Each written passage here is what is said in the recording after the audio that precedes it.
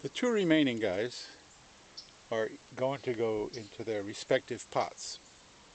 So the guy on the left is going to go into this very nice glazed pot, oval, and the one on the right, since it's growing in a circular container, which used to be tomato juice, I believe, just cut it down and poked holes for drainage, is going to go into this really nice round pot. And round pots can either have the front with both feet in front like that, or you can have the front with just one foot like that. But I like both feet, so that's how I'm going to position the pot for the front.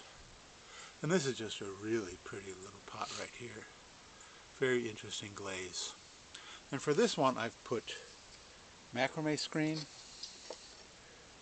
and then stapled it, so you put a piece of wire through the drain hole, through the macrame screen, and then you just staple it, I don't know, bend it, yeah, there you go, bend.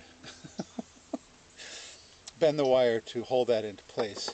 And then in this one I'm just going to use basically window screen, and I cut the whole thing basically in a round. So once I put the soil in there, that will hold the whole thing in place, so it really doesn't even need to be anchored. And I use both ways. It depends on how I feel. I just wanted to show you that you can use window screen, especially on small pots like this, small trees. It'll drain just fine. So maybe we should do this one first, eh? So if we look at the tree, let's bring the tree, move the pot out of the way. And when we look at the tree, it has, this could be the front, or this could be the front. And this looks a lot busier as the front. This front here is a lot cleaner looking. However, if we look at it like this, you'll see that the first two main branches, can you see that? I don't know. The first two main branches, which are hiding in plain sight, are both moving towards the front, if this is the front, if we make this the front. And if the other side is the front, then they're moving away from you, and you don't want them moving away from you. So even though this is a little bit busier, we can clean that up pretty much no problem. So let's do that right now. So I think I'm going to move over here a little more. So if this is the first main branch, we want to take this guy off, and then once again reduce all of this. And if this is going to be the second main branch, you want to get this weird growth here off. See, it's shooting out that way. And we have a little back branch, and I'm not sure how high I want to keep it. So I think right now I'm just going to keep it the height that it is. Just give it a little bit of a cut, but it could actually end up being a pretty nice tree if I took it to right here, took all of this off and took it to right there. But for now, I'm going to just leave it as it is. This guy and this guy are parallel branches, so we're going to cut him way back. And I'm going to cut it to a leaf that's pointing to the back, so then that growth will shoot to the back. And then this tree is also, this branch is quite heavy, but you see there's a heavy branch right here, and then there's a much thinner one above it. So remove the heavy branch and leave the thin one. Okay, so that guy's pretty much finished with the basic styling. And so now it's time to put it in the pot. I think for that, I'm probably going to have to put the camera back onto the tripod. So let's see if we can pull that off without it looking like an earthquake. There we go. Okay. I've got a container of soil that is pretty large. And it's off camera because I've got to bring it up on the bench. Okay, in fact everything's off camera at this point. So here we've got our tree and we've got our pot, and the soil is a 1/8 inch grade soil. And what I like to do when I'm repotting a tree is I like to put the pot actually in the container, and then when I'm adding soil, any soil that falls off the edge of the pot goes right back into the container. I don't lose any. But the first order of business is to go back here to the tree and pull it out of the pot.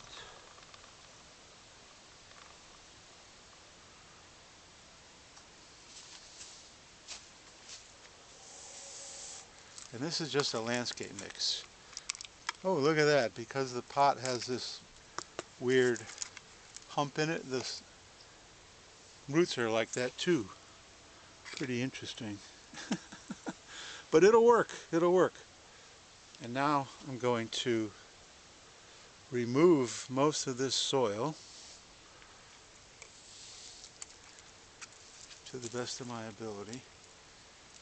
And you can see the kind of nabari this tree has. It's really nice nabari. And that's what I like about growing shillings, especially in these shallow containers, is they just make really nice nabari.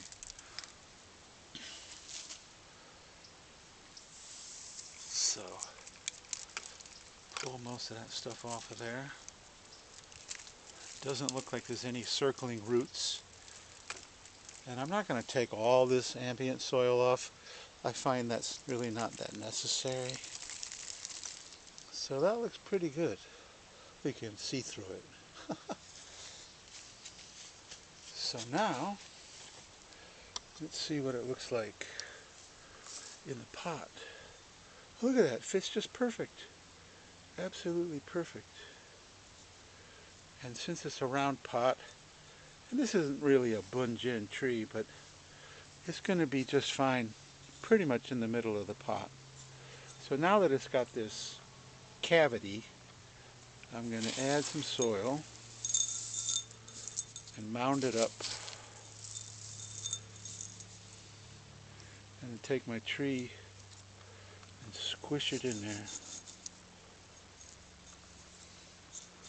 Then take my high-tech finger and then add more soil and just press it down in there.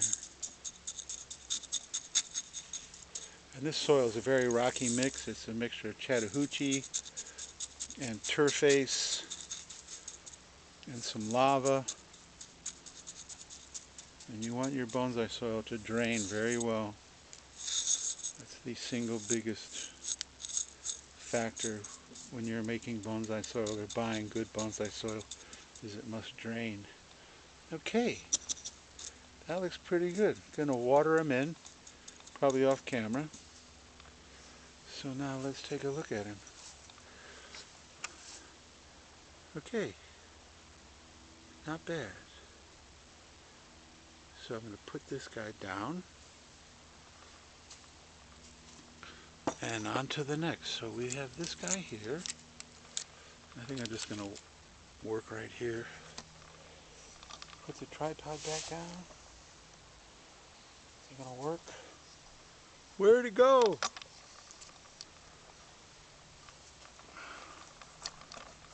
There, that's better.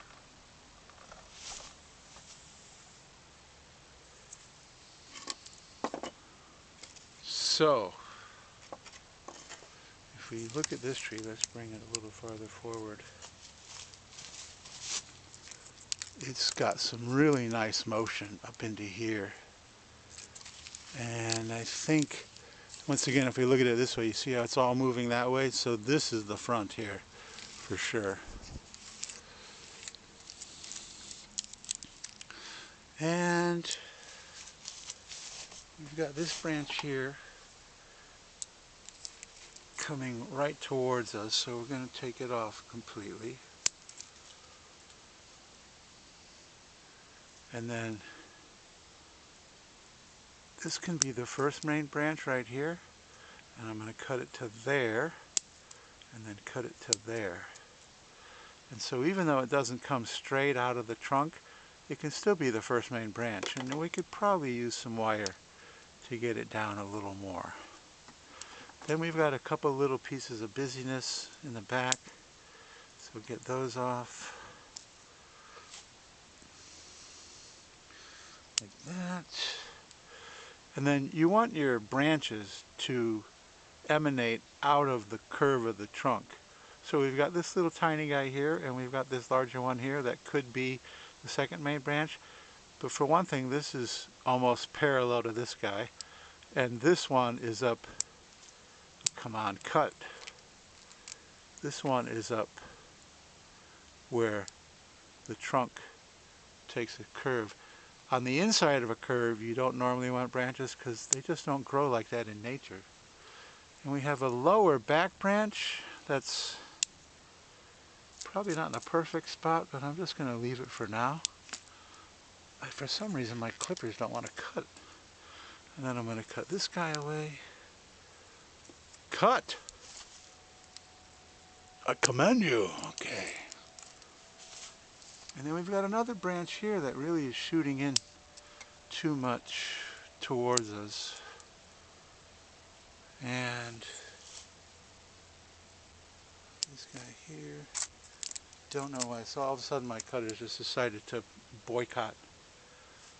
And then once again, so we have this motion, and then here, and then here, and then back up. And I'm going to take it to, actually I'm going to take it to right here. Because you see this leaf? We can come in even closer. This leaf, the little bud, is going to follow that leaf out. So get rid of that piece that I just cut off. So we've got just killer motion now. Up, up, up, up, and then this will come up this way. So that's pretty much it for trimming it. Let's get rid of these guys. And once again, it's also just got really nice nabari. I love how these shallow trays, and actually this was eclairs. And some people think I'm crazy for using these shallow trays, but look at the way the nabari develops, especially on shillings. So I really like using them. And so now it's the same process of pulling it out of the container, which is pretty simple. And then just removing most of the soil, which is also pretty simple. Man, look at the way the nabari is showing as we remove the soil. Now this little guy right here, this root right here is coming right towards you, so since I'm right-handed I need to be holding the tree with my left hand. I'm going to cut that one off. Get it out of there. There you go. Okay. Actually, I want that whole thing out of there.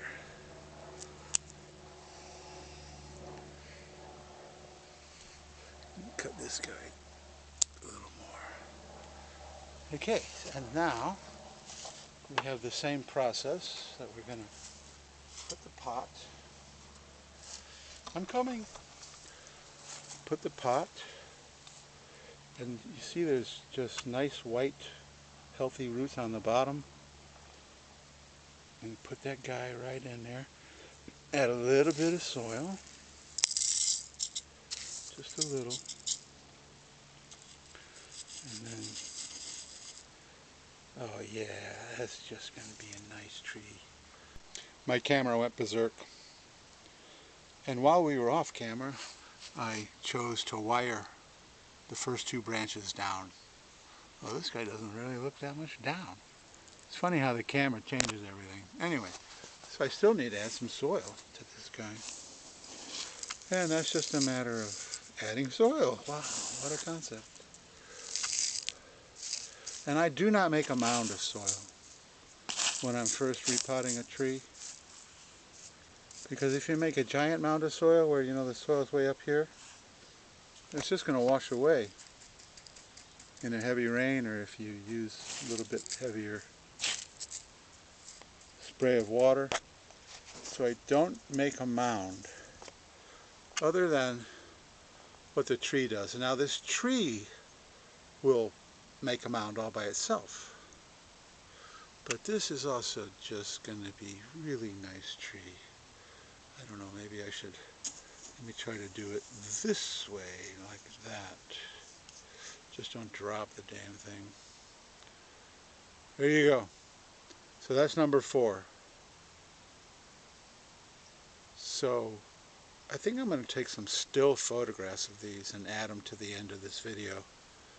And I'm going to split it into 2 because this last video was just long. So we're talking about over half an hour, and I don't think people really want to watch half an hour long videos. So I'm going to do part 1 and part 2. Then I'm going to take some stills of these guys and we'll discuss their future. So, turn the camera off.